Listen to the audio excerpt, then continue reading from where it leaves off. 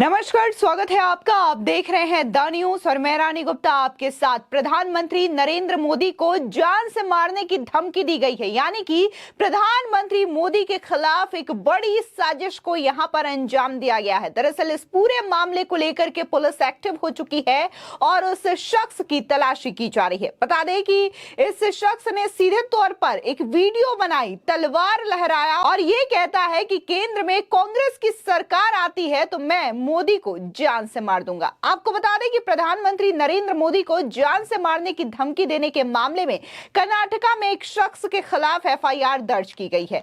दरअसल मोहम्मद रसूल ने यह धमकी सोशल मीडिया अकाउंट पर अपलोड किए एक वीडियो के जरिए दी है, जिसमें वो तलवार लहराते हुए नजर आता है और यह कहता है कि अगर कांग्रेस की सरकार केंद्र में आई तो वो नरेंद्र मोदी को मौत के घाट उतार देगा। बता दें कि समाचार एजेंसी एएनआई ने कर्नाटका में यदगिरी पुलिस के बयान के हवाले से यह बताया है कि इस मामले में सुरपुर पुलिस थाने में मोहम्मद रसूल कद्दारे के खिलाफ एफआईआर दर्ज की गई है। इसी के साथ ही आपको बता दें कि इस पूरे मामले को लेकर के बीजेपी के नेता नलिन कोहली ने हमला बोला है कांग्रेस सरकार पर और उनका कहना यह है कि जिस तरीके से पहले कर्नाटका से तस्वीर आती है कि वहां पर पाकिस्तान जिंदाबाद के नारे लगाए जाते हैं और अब यह कहा जा रहा है कि अगर केंद्र में कांग्रेस की सरकार आती है तो प्रधानमंत्री मोदी पर जानलेवा हमला किया जाएगा। आखिर ये चीजें कौन सी मानसिकता को दर्शाती है? बता दें कि पुलिस के मुताबिक आरोपी ने सोशल मीडिया अकाउंट पर एक वीडियो पोस्ट किया था जिसमें उसने पीएम मोदी को जान से मारने की धमकी दी थी। इसी के साथ ही आईपीसी यानी कि इंडियन पिनल कोड के सेक्शन 505 1B और आर्म्स एक्ट के तहत एफआईआर दर्ज की गई है। सूरपुर पुलिस इलाके के अलावा आरोपी की तलाश में पुलिस जुटी हुई है और इस सिलसिले में हैदराबाद समेत कई इलाकों में लगातार पुलिस दबिश दे रही है, छापेमारी कर रही है। बता दें कि मोहम्मद रसूल ने फेसबुक पर जिस आईडी से धमकी दी है उसमें जो वीडियो अपलोड किया है उस प्रोफाइल का ब्यौरा एनआईए ने दिया है।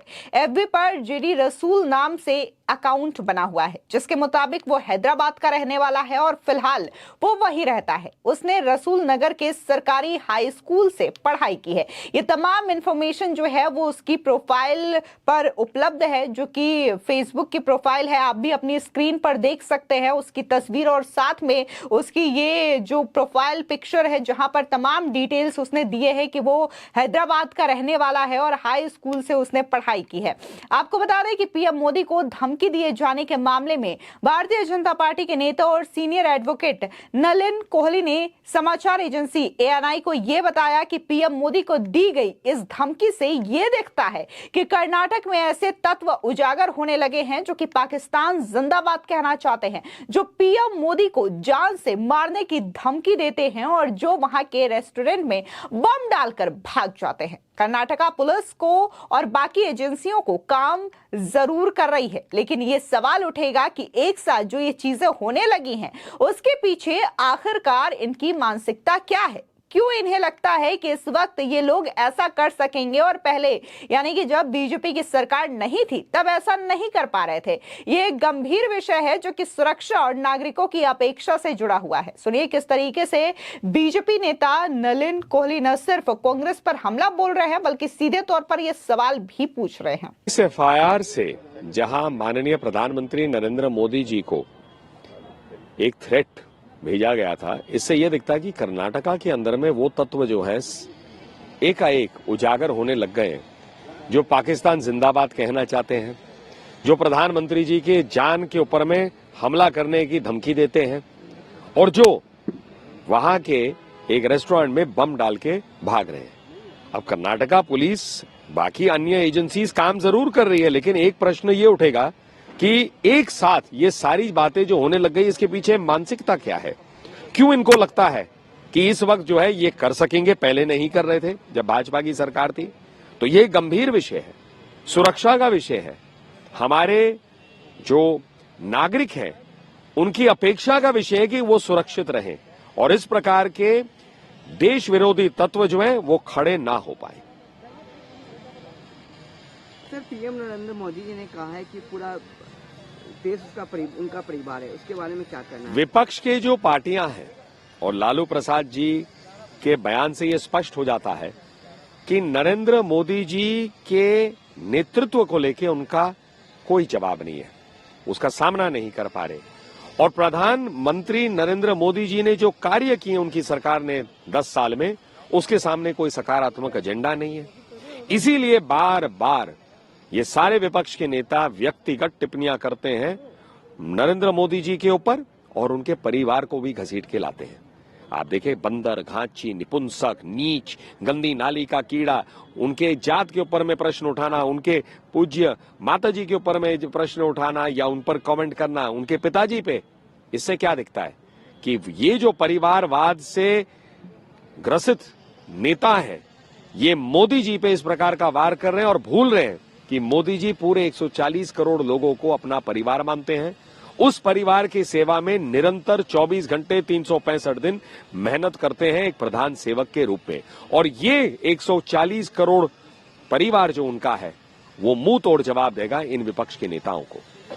आपको बता दें, दरअसल देखने को मिला था कि इस वक्त कर्नाटका में कांग्रेस की सरकार बनी हुई है, लेकिन वहां से कई सारी खबरें सामने आ रही है जो कहीं ना कहीं देश विरोधी गतिविधियों की तरफ इशारा करता हुआ नजर आ रहा है। आपको बता दें कि हाल ही में देखने को मिला था कि कैसे कर्नाटका में एक गांव है, वहां से एक ऊंचा जो ध्वज था, हनुमान ध्वज, उसे उतार दिया जाता है। हालांकि ये जो ध्वज है वो गांव वालों ने ही अपना फंड इकट्ठा करके यहां पर लगाया था, जिसके बाद भारी बवाल देखने को मिलता है। इसके बाद यह घटना सामने आती है कि चुनाव होते हैं वहां पर राज्यसभा के 27 फरवरी को, और जीत के बाद कांग्रेस प्रत्याशी नासिर हुसैन की रैली में पाकिस्तान जिंदाबाद का नारा लगाया जाता है, जो कि काफी ज्यादा वीडियो वायरल हुआ था। और इस वीडियो में नारेबाजी करने वालों के समर्थन में मोहम्मद जुबैर और प्रियांक खड़गे जैसे लोग अपने अपने कुतर्क भी करते हुए नजर आए थे। हालांकि इस पूरे मामले में बाद में कर्नाटका पुलिस ने कार्रवाई की, एफआईआर दर्ज की और वीडियो को फोरेंसिक जांच के लिए भेजा जाता है, जिसके बाद इस बात की पुष्टि होती है कि वाकई में ये जो नारेबाजी है वहां पर उपस्थित लोगों ने की है। क्योंकि इससे पहले तो ये बताया जा रहा था कि इस वीडियो को एडिटिंग किया गया है, वहां पर कोई भी ऐसा शख्स मौजूद नहीं था जिसने वहां पर पाकिस्तान जिंदाबाद के नारे लगाए हों। हालांकि इस पूरे मामले को लेकर के कार्रवाई होती है, 3 लोगों को गिरफ्तार कर लिया जाता है। लेकिन वहीं दूसरी घटना एक बार फिर से कर्नाटका में ही देखने को मिलती है, जहां पर आईडी ब्लास्ट की खबरें आती है और वहां पर जो रामेश्वरम कैफे है वहां पर एक शख्स आता है, बम रखता है और चला जाता है और वहां पर धमाका होता है जिसमें कई लोग घायल हुए। करीब 10 लोगों के गंभीर रूप से घायल होने की खबर सामने आती है।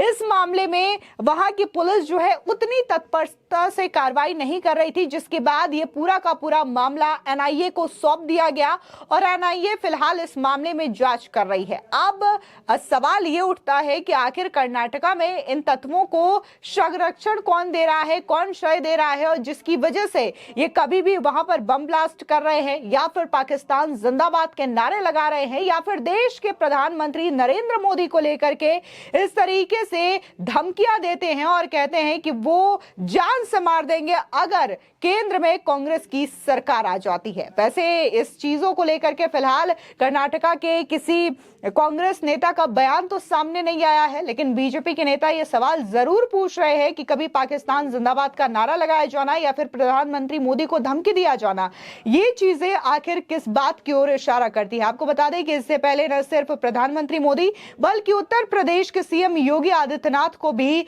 जान से मारने की धमकी दी गई थी। फिलहाल इस पूरे मामले को लेकर के आपकी क्या राय है, हमारे कमेंट सेक्शन में जरूर बताएं। धन्यवाद।